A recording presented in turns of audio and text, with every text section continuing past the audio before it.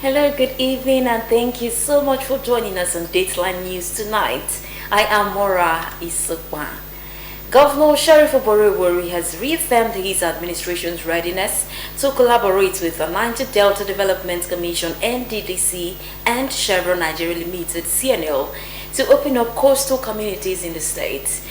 Speaking during the inauguration of NDDC State Office in Warri, Governor Oborevwori disclosed that a tripartite meeting between the Delta State Government, NDDC, and Chevron would be convened to chart a clear roadmap for the commencement of the Omadino, Okerekoko, Escravos Road and bridges. He assured that his government was fully committed to seeing the project through, stressing that the state would not shy away from projects that would impact the lives of the people. The governor said the proposed tripartite partnership involving the Delta State Government, NDDC, and Chevron would not only fast-track the project's delivery, but also strengthen collaboration for sustainable regional development. He added that his administration would sustain its open-door policy towards meaningful partnerships and translate to tangible progress for all Deltans. The governor further reiterated his administration's commitment to accountability, transparency, and cost-effective service delivery in all infrastructural projects across the state, noting that the Ino-Okerekoko Escravos Uborodo corridor represents a strategic investment in economic connectivity and peace building in the riverine areas. The state government has initiated concrete measures to restore electricity to neglected areas in the Ndukwa region. This was made known by the Commissioner for Works, Rural Roads and Public Information, Mr. Charles Anyagu, during a live appearance on a national television. Mr. Anyagu clarified that the issue primarily concerned communities such as Ogume, Uguliamai, Umusadigwe, Utaguno and Utagwe, noting that all areas in the region were not affected. According to him, Governor Sheriff Oborevwori had approved the extension of a 33 kV electricity line from Abraka to these areas, a move aimed at restoring stable power supply that had been absent for several years. He said the power line would pass through Ogume and Uguleamai, eventually reaching the affected communities, providing them with a reliable electricity supply for the first time in a long while. The commissioner emphasized that the intervention was more than just infrastructure, noting that it represented a commitment to improving the lives of people in the area by enabling economic activities, education, healthcare, and general productivity. Christians have been charged to defend their spiritual territories from negative influences. A cleric in the Redeemed Christian Church of God, Delta Province 14, Jesus Vineyard Parish, Deacon Dennis Obire, gave the charge during the church service. Violet Moye report. Speaking on the topic, Gate Protectors, Deacon Obire identified the hearts, eyes, ears, and mouth as gates that needed protection. He said believers must guard what they allow through these gates to preserve their spiritual lives. Deacon Obire cautioned against distractions, fear, discouragement, indecision, and other weaknesses that could hinder growth, emphasizing the need for believers to remain steadfast in faith and spiritual discipline. He advised them to focus on God's plan while seeking His guidance and mindful of what they saw, heard, and talked about. There are four powerful gates in our destiny. The gate of the eyes, what we see, we should see the right things. How do we see a change in our nation? We must see positive things coming to pass. We must see that God can still help us to make that change. We must hear the right thing. We must hear the right thing. We must sense the right things in our hearts. And we must speak the right things. If we do that, I believe that God will actually push us to where we ought to be. The service also featured choral renditions. Violet Monye reporting.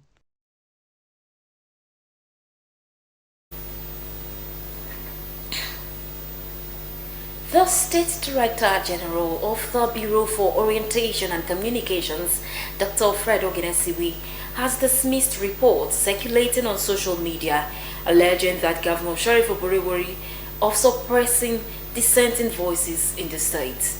In a statement in Asaba, Dr. Ogenesiwe described the claims as false and misleading, portraying the governor as an apostle of press freedom who welcomed constructive criticism, fair and balanced reporting. He, however, cautioned that freedom of expression must not be used as a tool for blackmail or defamation of citizens or politically exposed persons. Dr. Ogenesiwe noted that the case involving the state and social media influencer, Mr. Ogenetega Akpodoro, also known as Fejiro Oliver, was currently before the court, urging the public to respect the legal process. The bureau chief, also a lawyer, emphasized that press freedom was not absolute, explaining that it must be exercised responsibly with respect for laws, individual rights, and national security. He called on journalists and social media influencers to uphold accuracy, fairness, accountability, and objectivity through rigorous fact-checking and balanced reporting. The state government, through the State Primary Healthcare Development Agency, in collaboration with the Carter Center, is providing free surgeries and treatments for individuals affected by hydrocele, enlarged scrotum, and lymphatic filariasis, elephantiasis. A statement signed by the functioning Permanent Secretary and Director of Public Communication in the Ministry of Information, Mr. Harold Oji, has advised men aged 18 and above who have hydrocele or enlarged scrotum to report to the Asaba Specialist Hospital for free surgical operations, which commenced on Thursday, October 16 and will last till Tuesday, October 21. The statement said the exercise would continue after October 21 in the Central Hospital Warri, the Eku Baptist Hospital, and the Asaba Specialist Hospital. Similarly, persons suffering from lymphedema and large limbs are to visit the nearest health center in their local government areas for free treatment. The statement called on all affected persons to take full advantage of the life-changing opportunity and call 070-3507-3951 or 080-3462-9038 for further inquiries. The Edo State Governor, Senator Monday Okpebholo, has condemned the 7-day warning strike by the Medical and Health Workers Union of Nigeria, MHWUN, describing it as ill-timed and unjustified. Senator Okpebholo said the action came while discussions were ongoing to resolve issues inherited from the previous administration. In a statement by his Chief Press Secretary, Mr. Fred Itwa, the governor explained that his administration had already begun addressing key demands, including the renovation of the doctors' quarters. He expressed disappointment that the union ignored the government's goodwill and restored to industrial action. Senator Okpebholo alleged that the strike was influenced by selfish interests and warned that it endangered citizens' lives. He reaffirmed his commitment to dialogue and to improving healthcare delivery in Edo State. The Economic and Financial Crimes Commission (EFCC), in collaboration with the Nigerian Immigration Service (NIS) and the Nigerian Correctional Service (NCOS), has completed the deportation of 192 foreign nationals convicted of cyber terrorism, internet fraud, and related financial crimes in Lagos. According to the EFCC, the operation followed the arrest and prosecution of 759 suspects during a major sting operation in Victoria Island, Lagos, on December 2024. The Commission explained that the deported convicts from China, the Philippines, Tunisia, Malaysia, Pakistan, Kyrgyzstan, and Timor-Leste were all sentenced by the Federal High Court for offenses including cybercrime, money laundering, and operating Ponzi schemes. The Anti-Graft Agency disclosed that the final batch of 51 convicts, comprising 50 Chinese nationals and one Tunisian, departed Nigeria on Thursday, October 16. It added that the large-scale deportation followed court directives and immigration procedures, emphasizing that the foreigners had worked with Nigerian accomplices under a syndicate operating as Genting International Company Limited. The National Agency for Food and Drug Administration and Control, NAFDAC, has raised concern over the shortage of psychiatrists in Nigeria. The agency revealed that only about 300 psychiatrists were currently available to serve a population of over 200 million Nigerians. According to the Director General of NAFDAC, Professor Mojisola Adeyeye, weak regulation of psychotropic and antidepressant medications, poor access to quality mental health medicines, and rising drug abuse were worsening the country's mental health challenges. Professor Adeyeye noted that Nigeria records an estimated 16,000 suicides annually, with young people aged 15 to 29 among the most affected.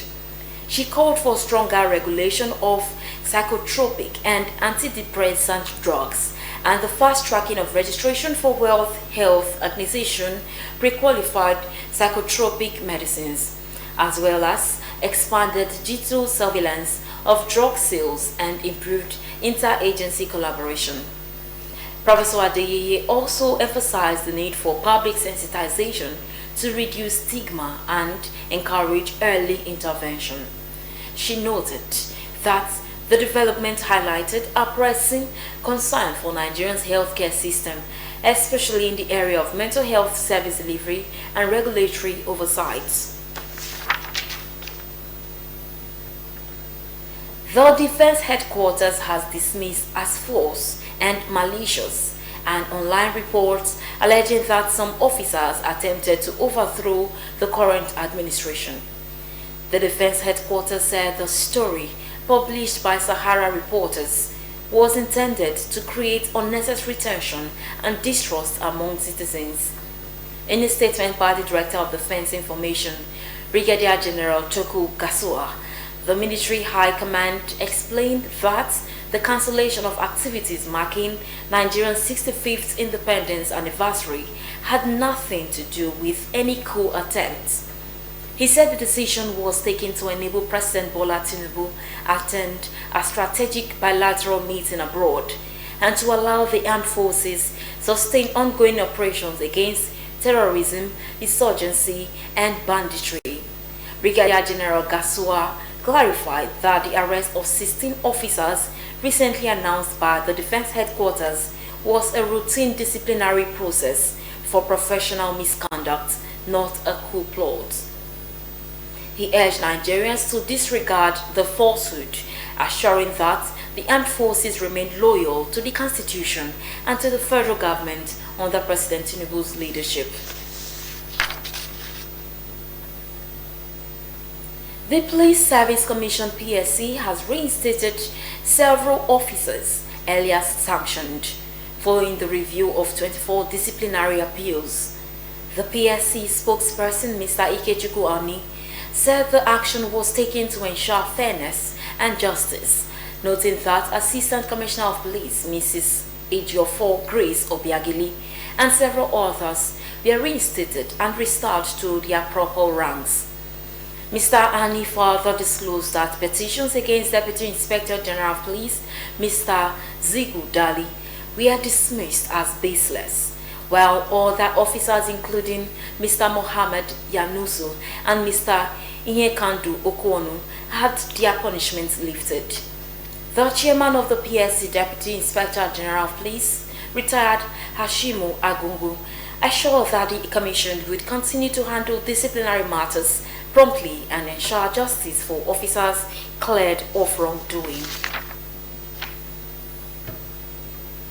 The Independent National Electoral Commission (INEC) will conduct a mock accreditation exercise in Anambra State on October 25 to test the upgraded bimodal Voter Accreditation Systems (BVAS) ahead of the November governorship election.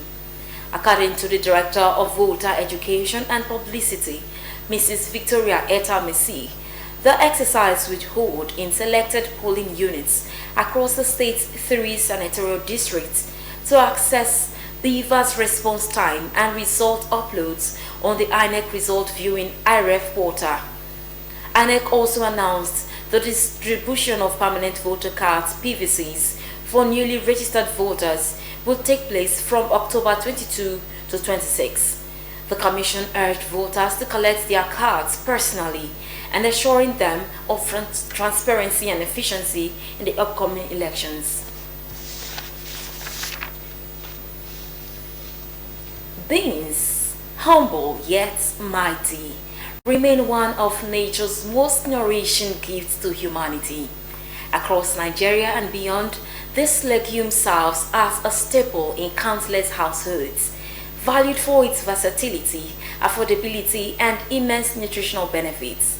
Let's join Favor Calf on health and nutrition as she takes a look at this powerhouse of protein. From the black-eyed beans, commonly known as ewa, to the brown beans, soya beans, kidney beans, and lentils, the variety of beans available offers something for every palate and purpose. Beyond taste and texture, beans are celebrated for their remarkable health and nutritional properties. Rich in plant-based protein, fiber, iron, and essential vitamins, beans help build body tissues, improve digestion, and regulate blood sugar levels, and health experts have advocated regular consumption as a guide to lowering cholesterol and supporting heart health for all age groups. Nutritionally, beans provide a healthy alternative to animal protein, offering sustained energy while reducing the risk of chronic diseases. They are low in fat, gluten-free, and packed with antioxidants that strengthen the immune system. From the kitchen, beans transform into a variety of delicious dishes, including bean cake, locally known as moi moi, beans balls, also known as akara, bean porridge, and even bean flour used in pastries and baby foods. Soya beans in particular yield milk, tofu, and other protein-rich substitutes now common in many homes. I love beans a lot, but I love my beans when it's porridge, and then I love it with a lot of plantains, ripe plantains, especially when the plantains are like a bit blended into the beans, and then you could taste the plantain as you're eating the beans. I love my beans when using the beans to make akara, and let there be pepper inside the akara. Delicious taste. When you eat it, you know that you are eating akara. With their countless benefits, beans truly lives up to their reputation as the poor man's meat, feeding families, sustaining livelihoods, and contributing immensely to national food security. Favor Okafor, reporting.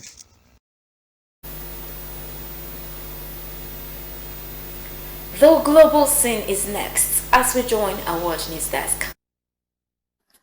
Huge crowds have taken part in No Kings protests against President Donald Trump's policies in cities across the U.S., including New York, Washington, D.C., Chicago, Miami, and Los Angeles. Thousands packed New York City's iconic Times Square and streets all around, with people holding signs with slogans like "Democracy, not monarchy," and "The Constitution is not optional." Ahead of the demonstrations, President Trump allies accused the protesters of being linked with the far-left Antifa movement and condemned what they called the Hate America rally. Several U.S. states had mobilized the National Guard, but organizers said the events, which drew nearly 7 million people, were peaceful. Since returning to the White House in January, President Trump has expanded the scope of his presidential power, using executive orders to dismantle parts of the federal government and to deploy National Guard troops to U.S. cities despite objections by state governors. He has also called on the administration's top law enforcement officials to prosecute his perceived enemies. The president said his actions were necessary to rebuild a country in crisis and has dismissed as hysterical the accusations that he was behaving like a dictator or a fascist. Critics had warned that some of the moves by his administration are unconstitutional and a threat to American democracy.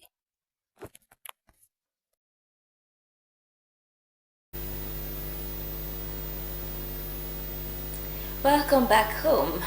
Now let's join our business news desk for stories on business and the economy. As China continues to dominate Nigeria's exports, supplying 4.96 trillion naira worth of goods in the second quarter of this year, bilateral trade between both countries rose by 34.7% to $15.48 billion between January and July 2025 compared with the same period in 2024. Consul General of the People's Republic of China in Lagos, Yan Yuping, disclosed this, noting that Nigeria is now China's second largest trading partner in Africa. She said that the increase reflected the strengthening of economic ties between the countries, attributing this growth partly to the elevation of bilateral relations to a comprehensive strategic partnership at the 2024 Forum on Africa-China Cooperation Summit. She said it had opened broader opportunities for collaboration. She further highlighted expanding cooperation in infrastructure, trade, energy, culture, and education, stressing that the efforts are delivering tangible benefits to China and Nigeria. The China Consul General also stated that China's economy grew by 5.3% in the first half of 2025, showing resilience despite global challenges, and commended the Chinese community in Nigeria for contributing to local developments, cultural exchanges, and charitable initiatives, urging them to serve as bridge builders in strengthening bilateral friendship.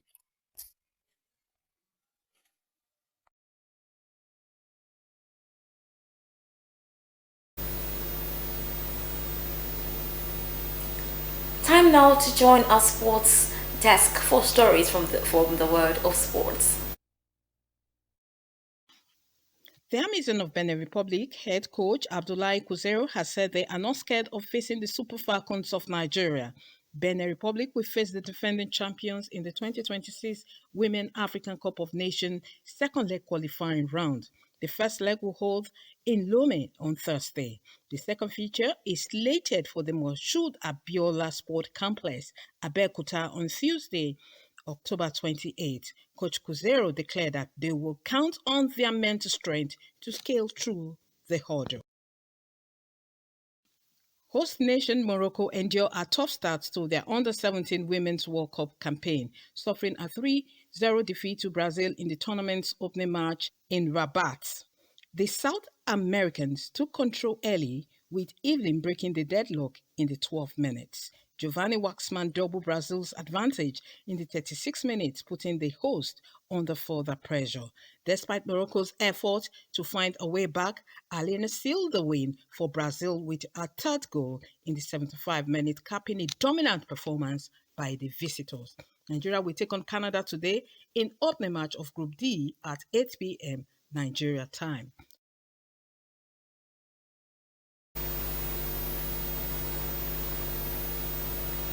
And here's our thoughts for today. Be the type of person who leaves a mark, not a scar.